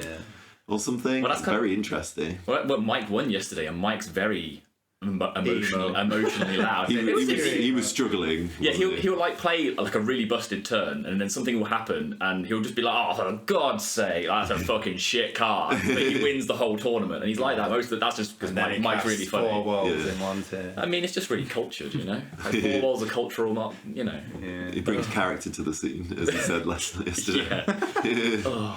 So, yeah, just the other point about the deck, sorry, was so the other thing you'll find without the Earth is you'll play a Tyrvas and your opponent will deal with it, and then you might hit another Tyrvas to damage, or you're not able to find the third one. So because you run Earth cards, you can Kusith back the Tyrvas or Noctis. So there's so many games where, like, I haven't drawn into another searcher to get the Tyrvas, so I'll just go Noctis, and then okay, you have to. Well, it depends. So I think at Winter Cup I won the game on stream by doing that. So I went Noctis, grabbed Tyrvas back, and then did it on the same turn. Yeah. But it depends on the situation. So it's like you've got more chances to play the good thing. I love Earthen Warriors. Yeah. And if the Tyrvas sticks around, because it's quite hard to kill, isn't it? So you can also then use the Kusith instead to get back the thing that you want to deploy from Tyrvas. Kusithing extra warriors to deploy. So my favourite, I had a game once where I had an Axstar on field. No, wait a minute, what did I do? No, I deployed an Axstar, and then they killed it on the stack somehow. And then, so I didn't deploy first, I let it die, and then the thing I deployed was a second Axstar because I Kusithed it back from the big zone. That's great. So Axstar played a second Axstar, and then he did it twice. Brutal plays. Because I had the Kusith in hand. So you're like, I'm playing 4 roll 3 times, but I'll just double Axstar, that's fine. Yeah. Well, no. But that was my good play. I didn't draw it. I had it set up. Yeah. I was going to say as well, LB Noctis has been quite nice for me because I have a regular problem of like having too many cards in hand, and LB Noctis is the nice way to shed my hand size down like really efficiently. So I've quite enjoyed that. I have and Ultimate Weapon, of course, is amazing. I hate that card. I love it. No, I hate it myself. Every time I hate Phil's myself. tried to play it against me, I've just reduced his character count down. We had an iconic moment on Octagon. We were playing one night, and I was like, "Gamer moment, Ultimate Weapon," and Sam goes like, "Interaction to kill like a fire or water character," and I go, "Haha, interaction." He goes, Ultimate Weapon still doesn't do the thing, and I'm like... Yeah. Phil went to break a warrior back up. That was to buff and it reduced the count. And it still reduced the character count. Yeah, so I was like, works for me. Yeah, I was just like, end me and my silliness. Game's hard, man. But yeah, it's good to get an insight into like deck building and stuff. Yeah. I think your like process is very logical, and it's very nice to see you not just following like the meta formula, like following trends. So I think people, which is so nice. Yeah, exactly. So I think it sounds. I can't think. But of nice. I was going to say people are lazy, but I don't mean it in a negative way. I know it's. I can't think of a better word, but people will. Like a good player will say something like, "Oh, this is good," and then people just assume, "Yes, you're correct," and they don't really give it a second. And I'm not saying that they're wrong, but do you know what I mean? Like they just think they don't give it a second thought. Yeah, they're not using kind of like question it. Sheepy mindset kind of thing. Yeah, I'm definitely a bit of that, I admit. But I do think or this is bad. The conversely, they say, "Oh, this is bad," and then you don't even think about it. Yeah, and I've said this a million times, but I do think the reverse problem's very prevalent, where people are too independent, but they're not. I think what you've got is you do independent thinking, and you back it up with like a mathematical analysis. With a 10,000 simulated turn 1, turn 2. Exactly.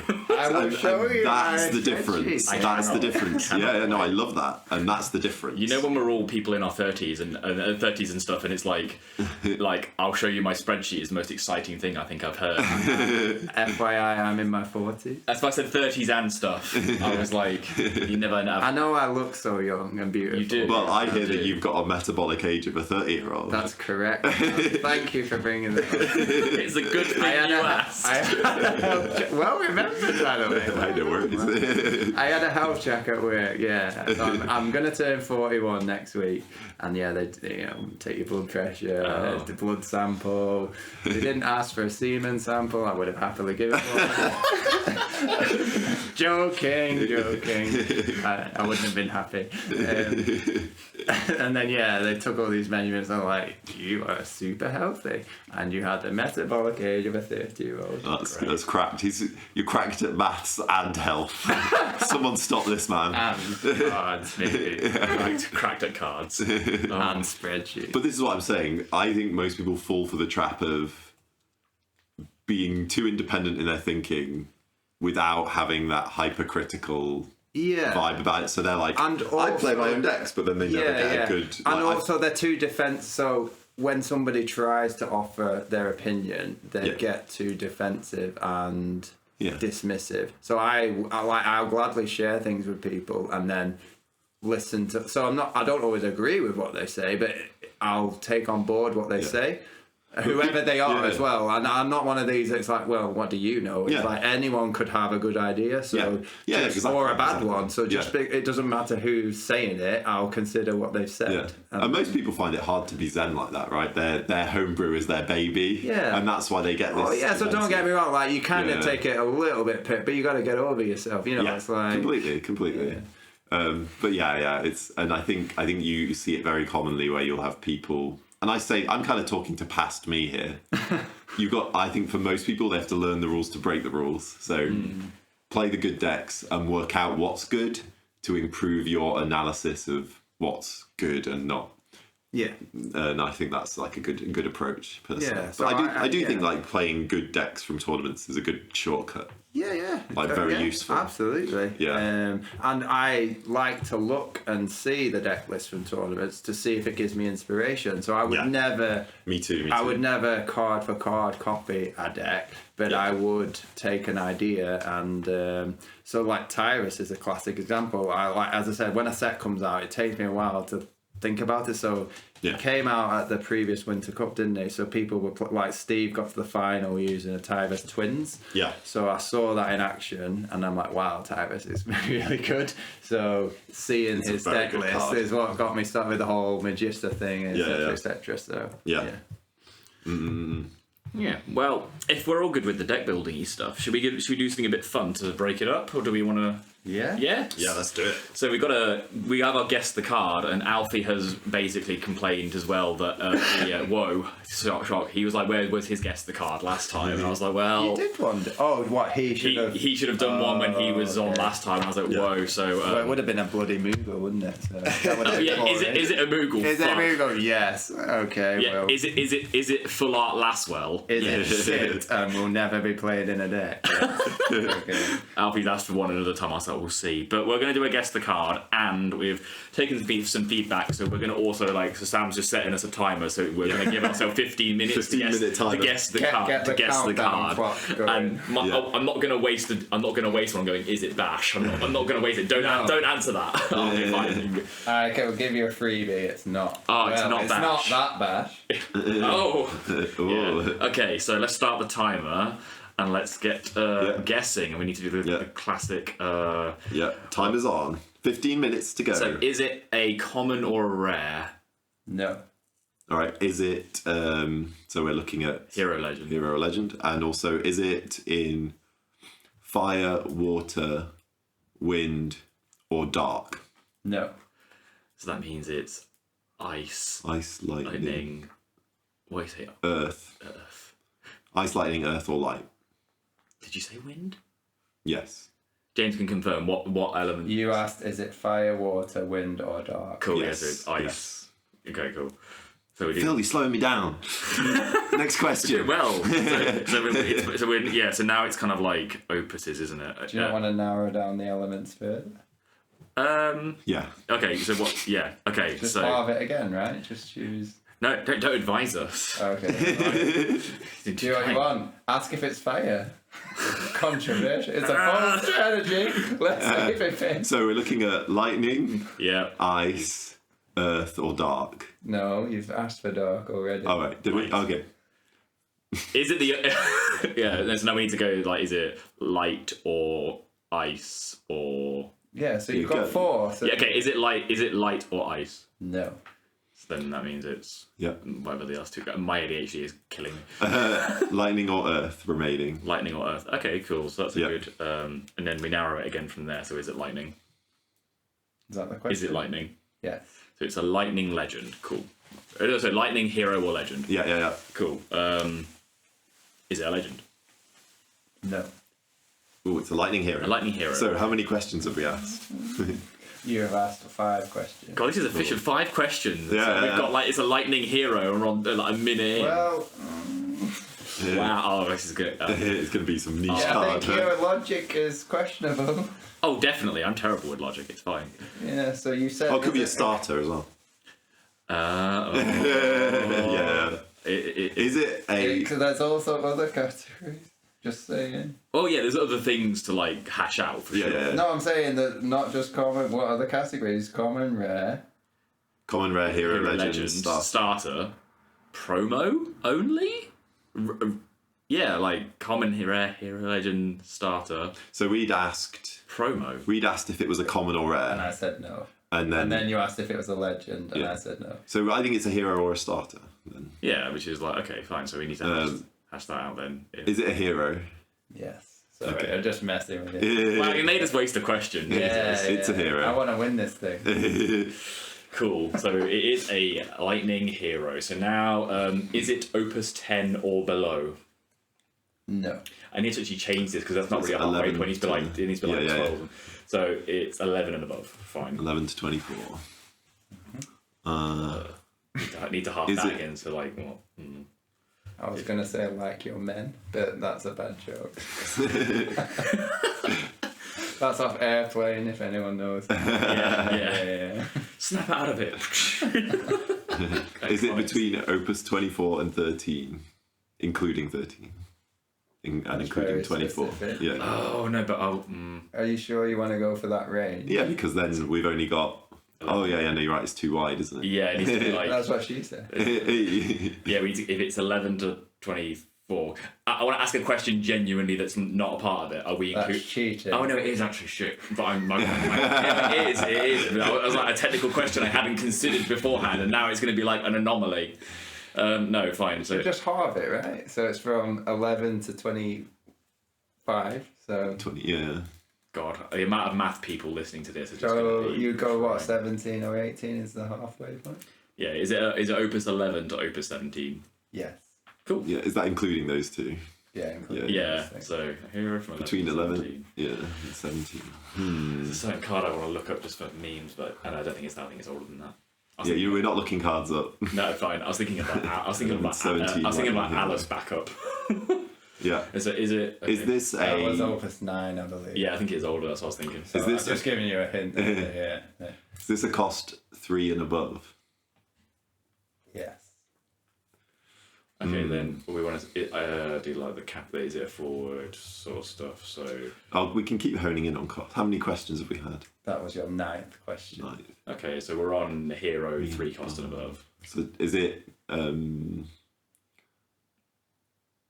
5 and below cost? Yes. So it's 3, 4, or 5. 3, 4, or Which are 5 pretty hero for between 11 and 17. Yeah. Okay. I'm really wondering if it's... This isn't a guess. So I'm not going to look at your reaction. Okay. I'm wondering if Apparently this I've is got to going to go be poker face. Man in so- Black. Oh right. Okay. Okay. Well, should we do the? Because I think he's 17.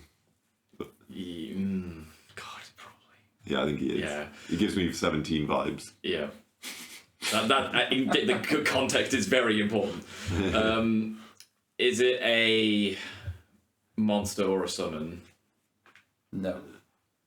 Cool. So it's definitely a forward or a backer. Which cool. Yeah. Is it a forward? Yes. Cool. And is Hooded Man I'm thinking as though. Yeah, Hooded Man is a forward who's a hero And is- from Opus 17. And is 4 cost. He's 5 cost. Oh no, he's 4 cost. Oh, he's 5. Oh, no, sorry. I thought you were saying Man in Black. Yeah, Hooded Man. And Hooded Man is the same criteria. Okay, right. Is it like keywords and tribal and all this sort of stuff? No, Hooded Man's a legend.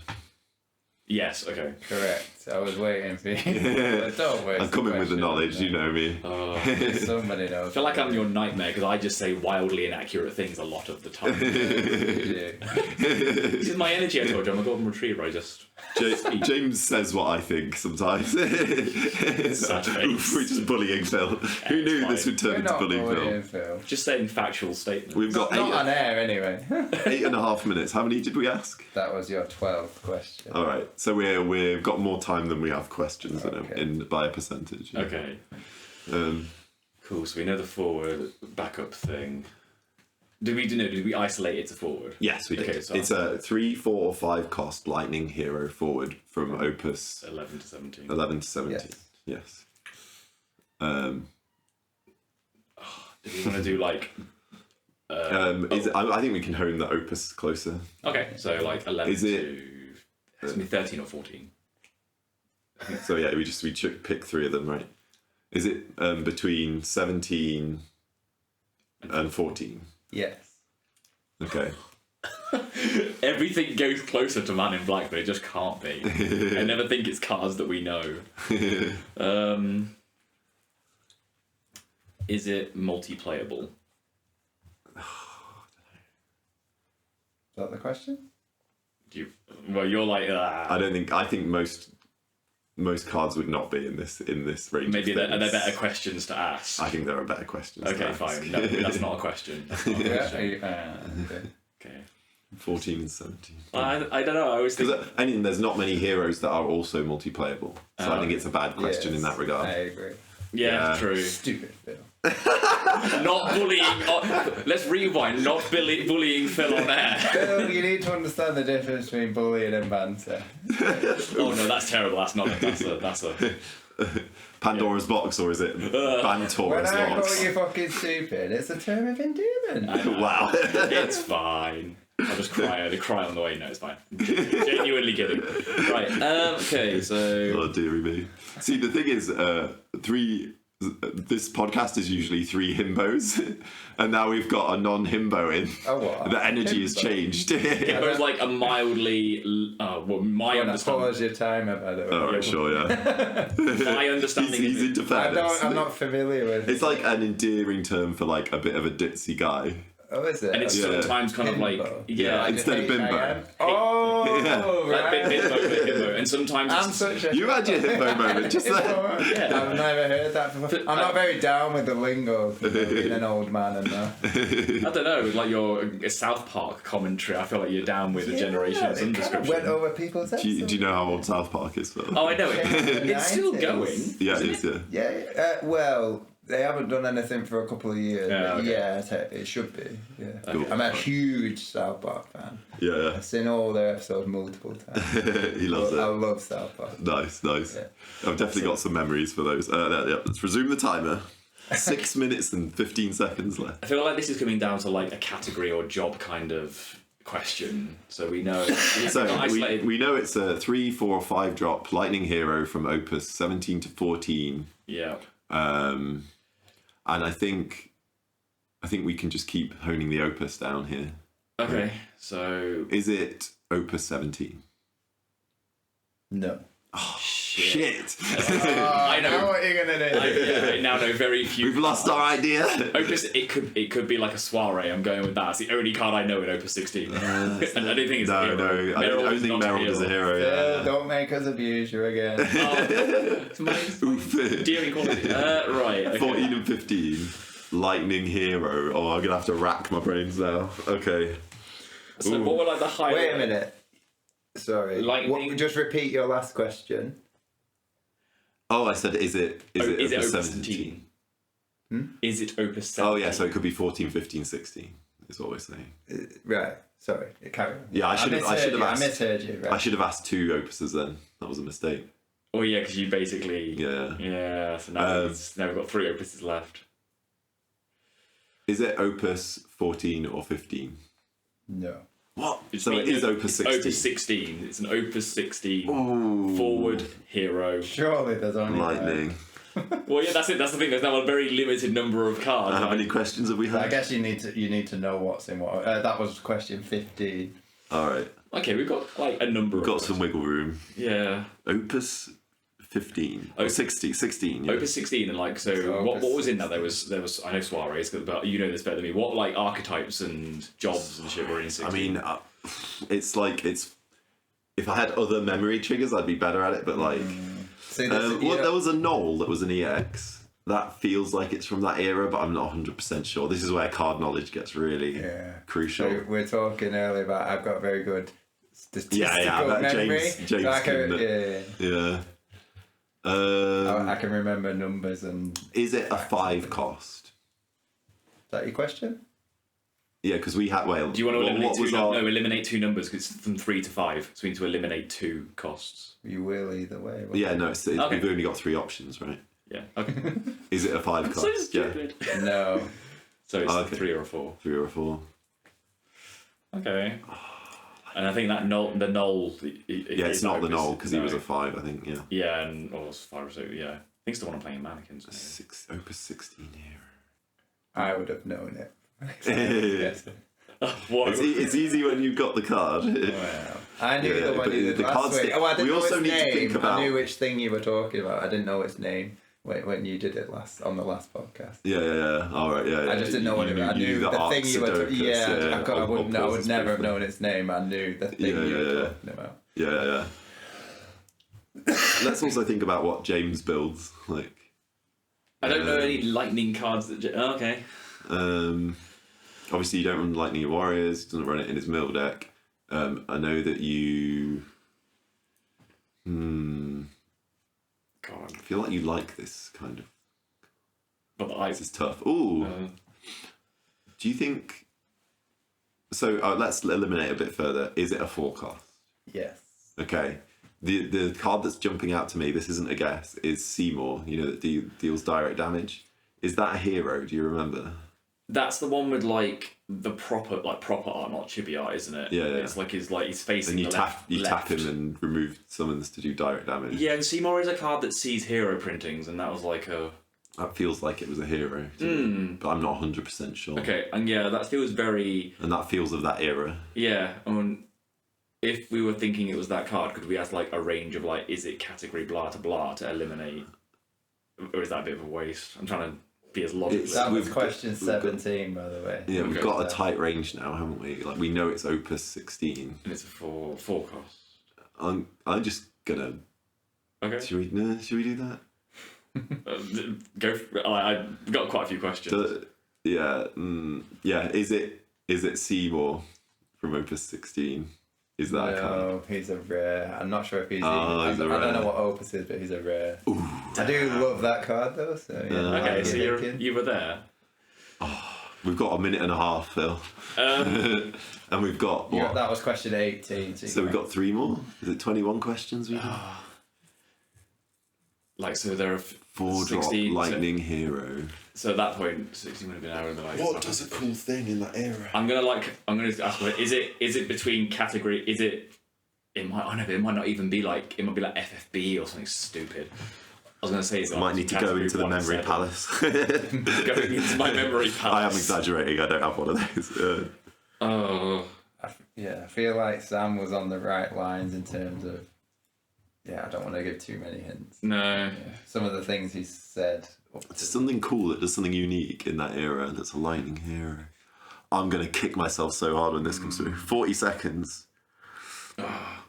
Does this have an auto ability? Yes, it does. Okay, so probably an enter the field effect. Should we do we need to probably think of it. We've got 30 seconds. That's what she said. Oh, Cindy was 19. No. I don't know. I'm literally blank. I'll give you a hint. You played against it when we first met. I can believe. Oh, no. Well, not first met, but first properly talked. Not you, Phil. No, I'm very out of this. Sam's just like head in hands, shaking my head. No. My memory palace is crumbling. We talked at length about it in Manchester. Fuck. And you were like, I like your deck building style. Yeah. Right. Should we do like a give You us want any more hints? Should we say like give us a hint, and if we don't get it, tell us? Does that feel fair? Because then everyone on the podcast I'll give gets you a it. hint. Yeah. I think this is a decent hint, and hopefully not too. So the job is relevant. Well, my brain just goes dragoons. That's too basic for me. My being basic. Yeah, there's not many hero dragoons as well. Like none, not of that era that I can think of. Okay. Well, like jobs. The job is relevant, and it's a hero. And it's Ugh. I'm blanking. Some more hints. no way. This is Meryl. I'll give you another hint. Surely this will do Meryl it. can't be a hint. Do you want another No, hint? it can't be Meryl. No, you don't play soirees. Yeah, go on then. So it's a character that's like very popular. Yeah, very well known character. Well, like so well-known characters for me would be like your Cloud, your Squall, your Terror, your There's no- I think he's got it. I can tell. Well, like it was. I'm gonna say Cat 8 of some description. Were they like there was some Opus 6? Were they Opus 16? The old Cypher Bash. I pretty like now. You're really disappointed that I've gone the wrong direction, but my brain. None of them are forecast. No, because Cypher was 3 and Fujin and Raijin was smaller. No. Also, everyone hates Category 8, so that's a Wow. Final Fantasy 8 is one of my favourite Final Fantasy. Really? Yeah. Okay. Yeah. Sorry. Never mind. Turks. Like Turkey kind of stuff, or they like two More costs, well aren't they? liked. Turks But are they're pricks. most of the only forecast Who Turks does I can everybody think of like? are starters. Who would like, if you took a poll on who's your favourite character Oren. that would always Wow. come either top or in the top, like, It's always like Final Fantasy Three at 7. worst. It's Final Fantasy 7's like the. And it's not a lightning. It's not her. Surely. I can't surely think of this one. is. It's Right. like- If you Look at said different who's customs. the most well liked and best into favourite character Like of the the whole Final Fantasy Cloud. series, really? Yeah, No. literally Final Fantasy 7 is like a cult. Okay. Yeah, like it's basically a gacha game at this point. It's similar to cool. Yeah. Okay, well, if it wasn't Cloud, then I will give you. There's a no hint way. on This that. isn't. This. I can't think of like a I four feel drop like Lulu or anything. Like it's hard to that. give you more. Yeah. I think we've. The job's relevant. It's in a It's a very well-known character. Had lots of different card versions of this character. Unfortunately, none of them have been particularly great. I can't think of one. It's coming. I want to say it's Lightning then. Like, because Lightning might be 4CP. That would be my guess. It has an action ability. Wow. I'm dying. I chose it because I was really into this deck. I'm gonna at the kick myself time. so hard.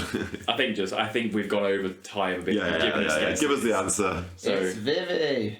Oh fuck! Now do you remember? yes, and he's iconic Yeah. because he's a black mage. It's an EX, like- and you tap it, and you Yes. deal damage 4K Yeah, for black and mages. when we first properly, do you remember? Yeah, I was playing that whole black mages with the three colours. I've only vaguely remember. Yeah, 3 colour is what I remember. Yeah. I always It was know a that black you're on some waltz. cool So that stuff. was, I talked about how I like to go through all the. It's annoying too because So I thought of Black Waltz and I went, well, that's a 3 cost. Originally, that was going to be my Oh. choice, but I thought if I choose a legend, it'll be too specific. Yeah, So I yeah. went for Vivi.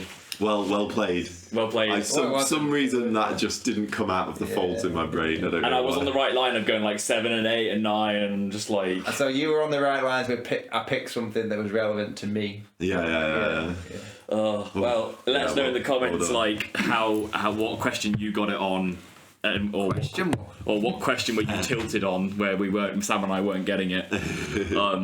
But that was mega fun. We've got like quite a I've closed the window, but we've got like a good season coming up after this, haven't we? We've got Materia Cups already. Yeah, well, I mean, Opus 20. We haven't even talked about Opus 25 hype, have we? No, No. we'll do that next if you want. Well, yeah. I'm pretty excited. I'm going to go straight into Golbez, the new LB Golbez. It looks insane. With that Scar Mig, you just fucking have protection on tap, and you could even have one in hand. Like, there's just so many ways they can mess you up. You can we can run a monster that I discard from hand to bounce the Skarm back to my hand. So many degenerate ideas you could run with that. Yeah, I'm very excited for that. And then me and James both said we like the idea of mid-range with the new Barrett Legend. Oh yeah. That's the one I'm also thing. Barrett Legend. Yeah. So as I said before, like I'm very hard to please. So that's the only card where I read it and immediately thought, I'd like to build a deck around that. Yeah. I'm definitely going to give that a go. He's nice because he survives Amat. He rewards building up and he rewards living too. And then you play him in Earth and Fire, and I love to play Mist Dragon. Me and you both, buddy.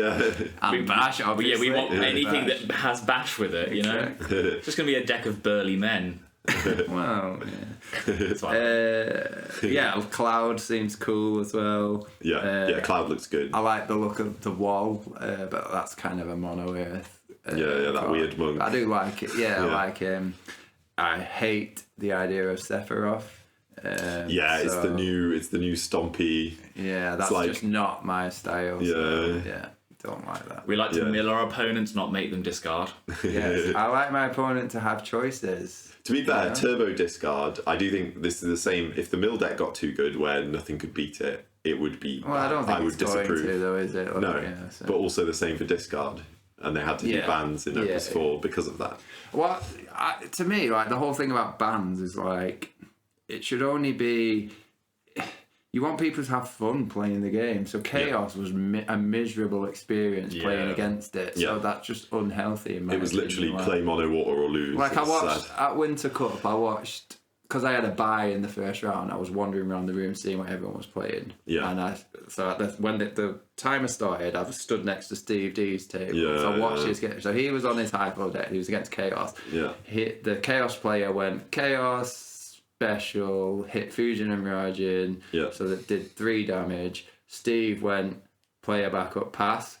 Chaos player went attack. Special 7 damage. So the game lasted like minute 30, if that. And Steve literally could do nothing. I'm like, that shouldn't be a thing. You know? Yeah, that's a ban. Exist, that's a worthy ban for sure. Yeah. And I agree. Like bans either completely unintended, overpowered thing, or just not fun gameplay. Yeah. So I think with people too hasty to say let's ban this, let's ban that. Yeah, definitely. Whatever you ban, something like because I like whenever Alex Hancock talks about it, I think he seems to be of the same opinion that whatever you ban, something new will come along, and then people will whinge about that. Yeah, and it's like instead of focusing on what to ban, focus on how to beat the thing you don't like. And then make sure you've exhausted those options first. Yeah, 100% agree. Yeah, 100%. I do think a lot of the voices calling for bans. It's just get better and stop moaning. Yeah, I don't want to say it, but it's kind of true. Man up. And I'm just sitting here. No, don't say that. I'm just sitting here in the corner like, gosh, you'll scrub for life. No, you won't. I mean, like I said, you've been playing this game 2 years. I've been playing 7. And you're already like well towards getting good, so don't worry, man. You'll be there soon. I'm better than Table 500 Yu-Gi-Oh! I have interactive games. That's all I care. Literally in Yu-Gi-Oh! You'd find me like there'd probably be somebody eating a bag of Doritos next to me because the table was empty next to me. Like that's normally the table that I was on for Yu-Gi-Oh! So depression. The other thing that got my attention was. I really like the idea of Limit Break Kane because I have a soft spot for Dragoons. Yes. So I built this morning. I was looking at a Dragoons deck. So I know like it's not very exciting, but I was looking at a Dragoon. So the whole thing about element combinations. So rather than mono lightning, I was like, what could you? Because a lot of the Dragoons suck. But like the good ones are good. Yeah. So it's like, is there a deck? Supplement those instead. So I was looking at an Earth Lightning Dragoons deck and using the white mage. So it came out. That's what I played in the commons only thing at Winter Cup when it was, and it's really good. So the white mage that resurrects a standard unit. Yeah. Get your best. A G not G. What's he called? G Assassin. G Assassin. Breaker, double forward. Obviously, I love Billy Bob, so and that's then cool, Mist Dragon. Billy Bob's just bash with different colours. So the new exactly. Well, sort of, yeah. So the new Kane obviously recurs whatever. And then, so if you're going to spam to 4 or 5 Dragoon backups, and then if you can keep recurring Freya special, it seems like it might be something. Get them in a lock, and it only costs, it's 1, limit break 1, so you can, so cheap. You need break zone hate against McNulty decks. Every McNulty deck, hold on to your Mist Dragons. So I'm not saying I'm not sure it'd be great, but it definitely seems interesting. So that's the name of this episode, hold on to your Mist Dragons. I love it. And the last point I wanted to make was, I really don't understand, and I'm probably going to be shocked for this, but I don't get the hype over this Len Ice forward. Oh, it's good. Well, I'm happy to be proved wrong, but to me, I read, and maybe I'm just like, I'm too hard to put, but I read it, I'm like, meh. Because you remove a card, but you can only play it that turn. So what if you what if you remove something that's already on field, like another Len?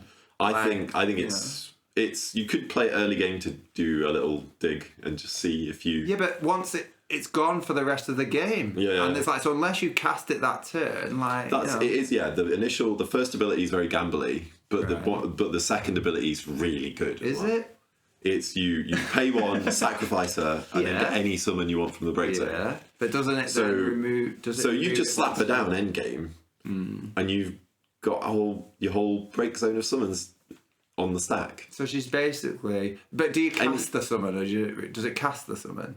Or does it return it to her? Phil can get it up. I will get it up in asking. Yeah, I think you put it in a zone where you can play it when you want to. But that's what I mean. So she's basically you can use her ability on the stack. No, not at all. No, because you can break her on the stack. Whenever they cast a summon, I see. Right. You break her on the stack.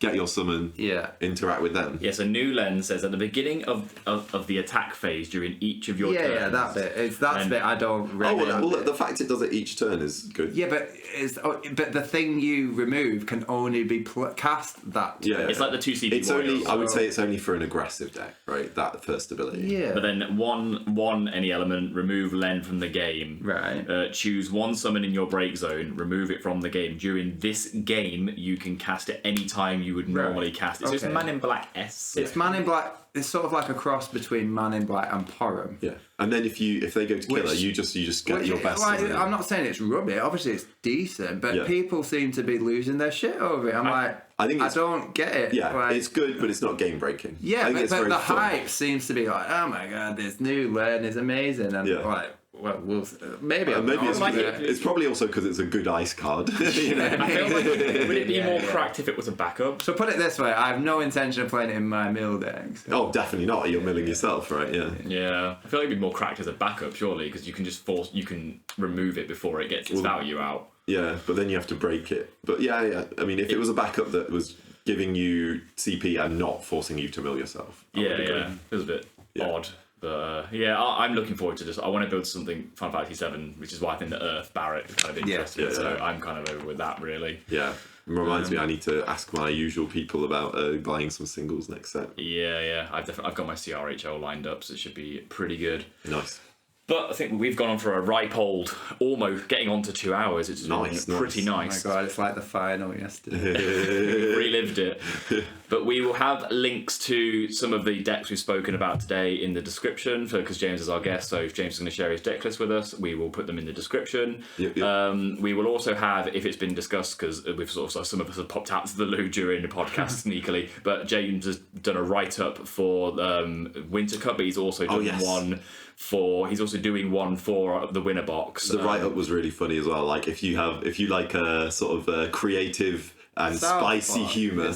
It's based on South Park humour. Yeah. But I'm like mid on South Park, but I really enjoyed reading. But when you read them, it had as well as it having some just funny quips. These write-ups also have actually very good meta breakdown. Of like the event and actually your games and things like that. So we'll have links to those. Yeah, you made it less dry. It's great. I was just going to shout out to any Welsh people. I'm waiting for a comeback because I was joining in the thing between the YYT and the Cactuars. So I was trying to jump on that bandwagon and provoke them. I didn't realise how much you stir the pot, but now it's like an interesting spectacle. I like the banter, and I appreciate when I watch the Cactuar stream. They like to drop in lots of quotes from films, so that tickles me. And for the keen-eyed readers, I did the same. So see if you can spot the film quotes. Nice.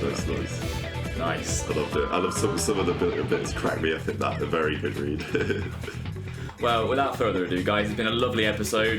Please put in the comments anything you liked, anything that James said that brought to the table. We could have James on again when we see him. But otherwise, have a good Opus 25. Thanks, everyone. Yeah. Thank you. Thanks for having me. Happy pre-release as well. Yeah. Yes. Take Catch you care. later. Bye-bye. Bye.